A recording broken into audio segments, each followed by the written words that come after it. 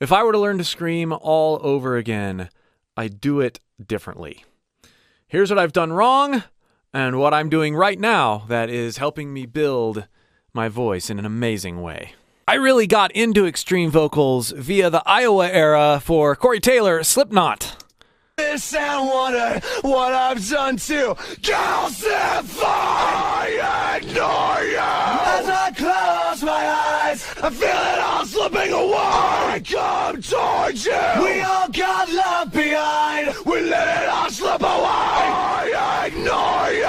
As I close my eyes. And I just jumped right in, not even listening to isolated vocals like you heard there. I was listening to the album. My voice would burn out and never come even close to what Corey was doing. And what I would later realize is the problem with this approach is I'm not listening to a real voice when I'm listening to Corey Taylor Studio.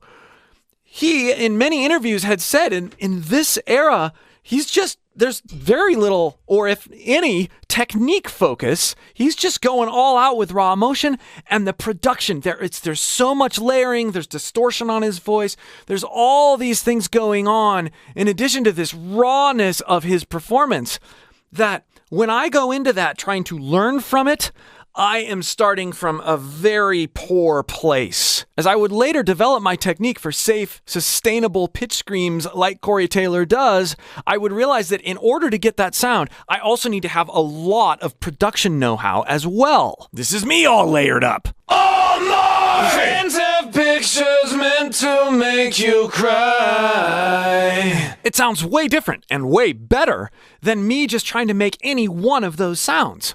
I was initially trying to make all of those sounds with one voice, not realizing that it was multiple voices in production that was producing the overall sound I liked so much.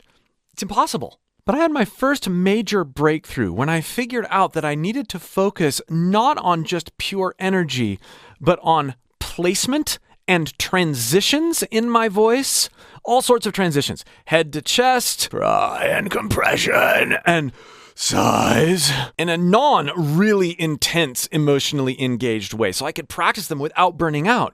And one of the best things I ever did was learn how to internalize Jonathan Davis's Korn sort of screwy beatboxing freak on a leash segment. Why? Because it's full of transitions. I'm actually practicing not locking myself into any one thing. I'm practicing entering head voice. I'm practicing entering false chord engagement. I'm practicing entering nasality and doing all sorts of funny things. But I'm doing it fast, I'm doing it rhythmically, and so if I tense up or give it too much energy, it all falls apart. So it served as this check. The other thing that was really great about it is I could listen to it and know that he was doing it all in one pass. Unlike the Corey Taylor stuff that I would listen to, it's all him doing it without layering. That was huge for me, and to be able to put that in my own voice was so freeing.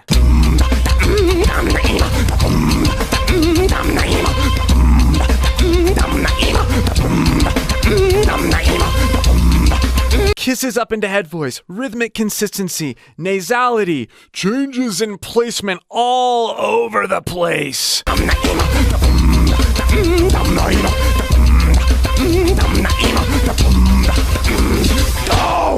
So by focusing on placement over power and transitions over consistency, I actually got the power and consistency that I wanted. This came about by focusing on more isolated, one-take, variety-oriented vocals rather than layered, produced, yet raw vocals. And my next breakthrough, and this is really the biggest of all, came from having real awesome vocalists right here with me making the sounds. So there was no barrier between what they were doing and what I was actually hearing. No music, no productions, no mic, no nothing.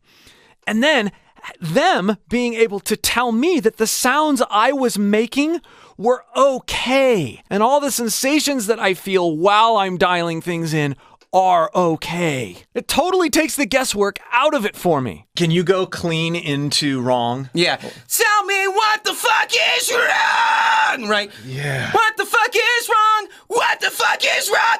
what the fuck is wrong? So there's different layers and dimensions of leaning into that. Sending that feeling, that sensation up more into like my cheeks and my upper lip. That's where I feel like it's resonating. And instead I'm going, hey, whoa, I'm up here. You know, it's like, whoa, you kind of squeak into it with your head voice.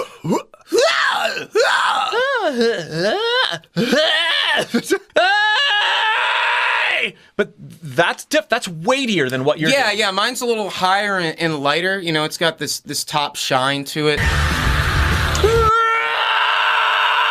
And where you still have the wrong in the background. And it's very close to what I'm doing. It's really just like it's channeling it up a bit more. Yeah, and that sounds great too. I mean, there's definitely a mix of things going on. You don't get that just by listening and imitating because you might not be hearing things correctly or feeling things correctly.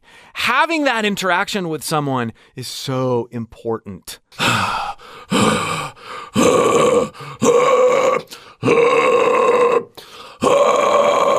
Also, if you notice, I'll put my hand up to my ear a lot because for those of you that don't know, when you sing or when you scream, your voice goes outwards. And unless you're like in the bathroom or like in the shower or in the car, it's going to be harder to hear. And you want to make sure that you're really hearing your voice. Being able to hear and see the transitions from a more basic sound that I can do to the fully developed sound of a master over and over again is super helpful for me. And a guy that's really good at showing this kind of thing is Justin Bonnets from the channel HungryLights.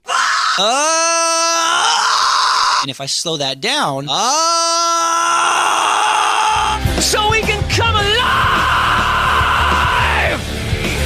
All right, I try.